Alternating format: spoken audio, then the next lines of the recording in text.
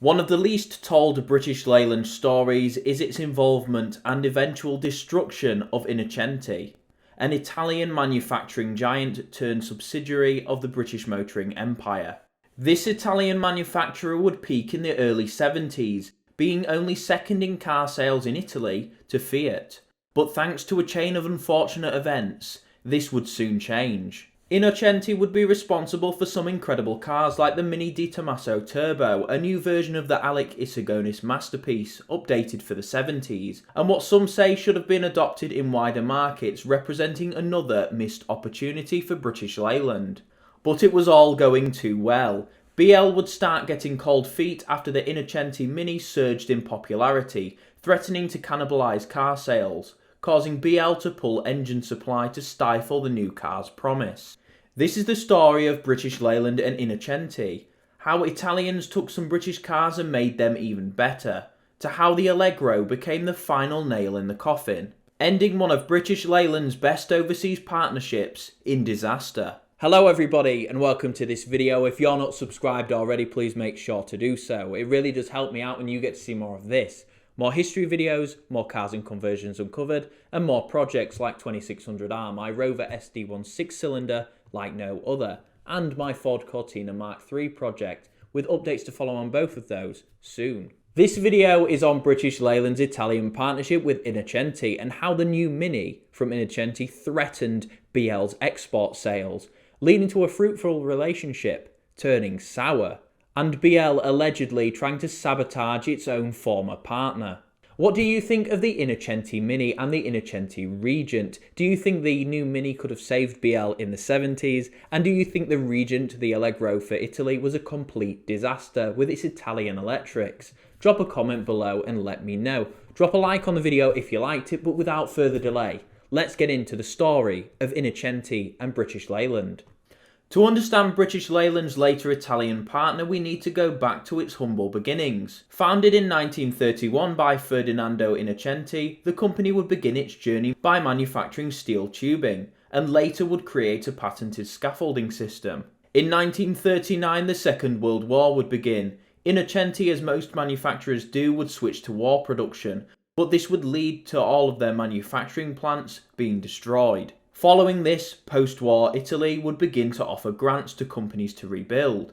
Innocenti would of course take advantage of this, but this time to aid the general populace. Innocenti would launch the Lambretta in 1947, a scooter to get the working class of Italy moving. The Lambretta, as history tells us, would become an icon, both at home and abroad.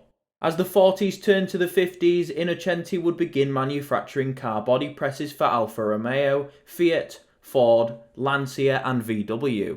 With this know-how, the stage was set for Innocenti to venture into full-scale car production. Conveniently, around this time, BMC were also looking to break into the lucrative Italian market. Discussions began in the late 50s on how a joint venture could be launched. Innocenti had a problem: no cars and all the manufacturing facilities. BMC had an opposing problem: cars and no manufacturing facilities. A deal would then be made between the two companies. The other issue for BMC was the policies imposed by the Italian government to protect the fledgling Italian market from being swamped by imports, with the high sales tax imposed on cars built abroad, making it simply unprofitable for BMC to import British-built cars. With this new deal in place, Innocenti would produce Austins in Italy, bypassing the problem for BMC. Innocenti would begin its first step in car manufacturing and produce the Austin A40 at its Milan plant, in its saloon and estate versions. These would be near identical to their British-built counterparts. BMC would also allow Innocenti to produce another car, the Austin Healey Sprite. The unique looks of the Frog Eye though weren't to everyone's tastes, and Innocenti thought the Italian market wouldn't take to this car being simply introduced as a rebadged version. They would approach Ghia, a coach builder in Milan, to design a completely new body for the Sprite, resulting in the 950 Spider. This new car would be launched at their 1960 Turin Motor Show, with production beginning in 1961. The acclaim of the 950 Spider would set off a chain of events, with the company starting to experiment and modify existing models. Innocenti would then turn their attention to the A40 in 1962, They would innovate on their own, launching a new take on the Austin with a hatchback.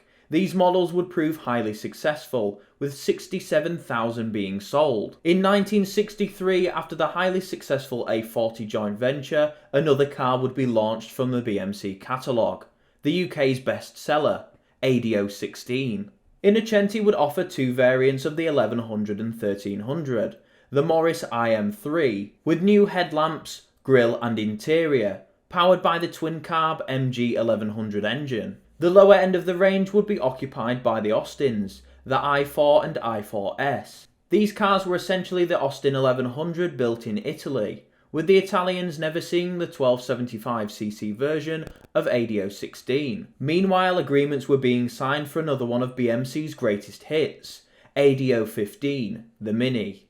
This would be introduced in 1965 with little changes. Shipped over in kits, the Mini would be launched in its standard form with its 850cc A-series engine. Early Innocenti Minis would be produced in the form of kits, shipped over from Longbridge, but a year later they would switch to producing their own body shells in Italy. Innocenti was now in full form, second only to Fiat in car production, even establishing an export division for mainland Europe and Japan. But unfortunately, with the death of Ferdinando Innocenti and his son Luigi taking over the company, it was at a crucial point in 1966. Losing direction with too many models, and with BMC their main supplier in talks with Leyland in the UK, the situation for Innocenti was nearing crisis.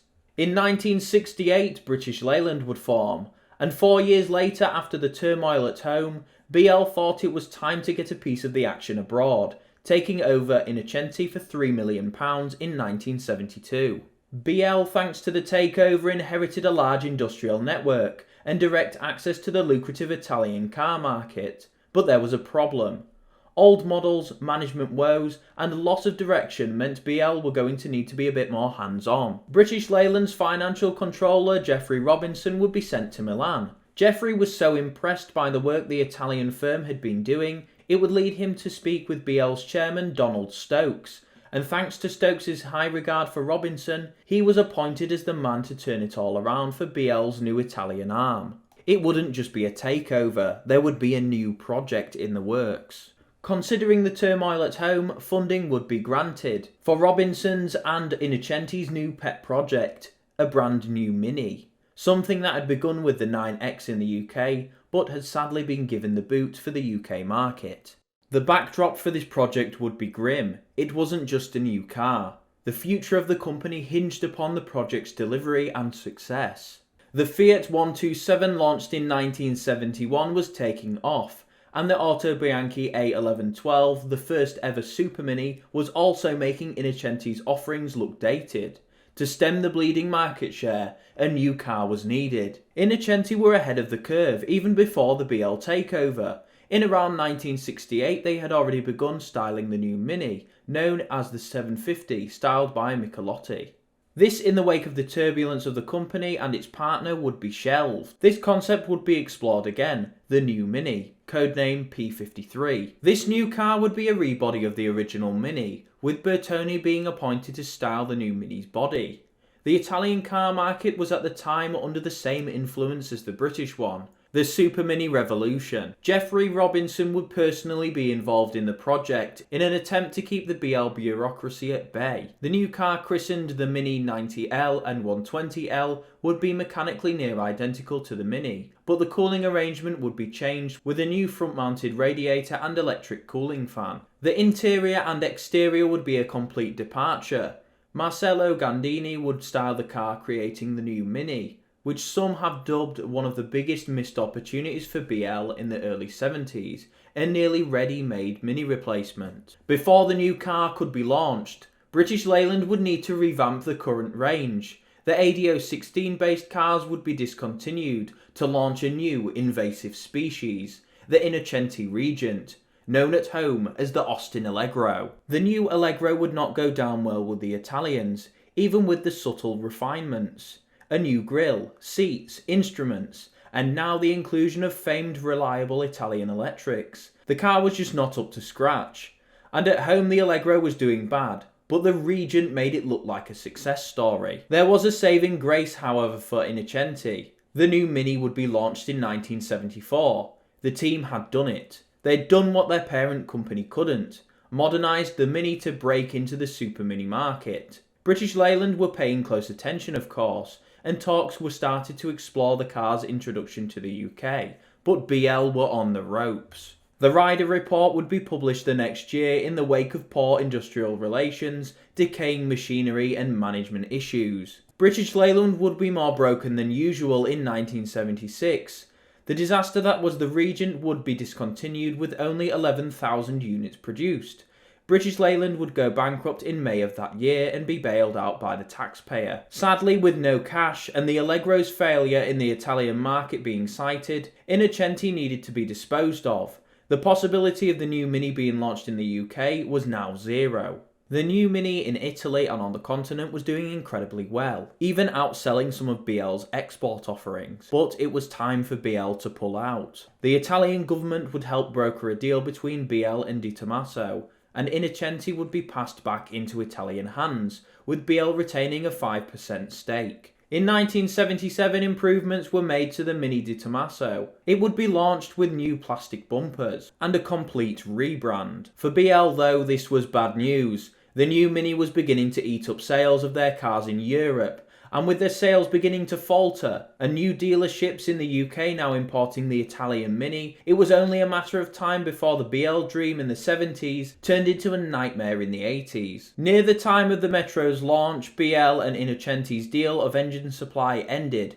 leaving the car without a power plant, in what some say was an attempt to kill the emerging nightmare. Daihatsu would swoop in and save the day, culminating in the ultimate version of the car, the Turbo, using a 2-valve per cylinder version of the multi-valve 1-litre turbo 3-cylinder used in the Charade GTTI. But sadly this wasn't enough, and its main rival Fiat would take over in 1990, with the company selling rebadged versions of Yugos as well as going back to its roots, producing cars for other manufacturers such as Maserati. Innocenti's promising new Mini would be discontinued in 1993, and in 1996 the Innocenti name would be discontinued by Fiat. From its humble beginnings as a manufacturer of steel tubing to its near rival to the massive BLMC with its own version of the Mini, Innocenti has a storied history, but with the engine deal ending and a lack of investment, Innocenti's decline was cemented in the 80s, ending the journey of what was once one of Italy's largest car manufacturers.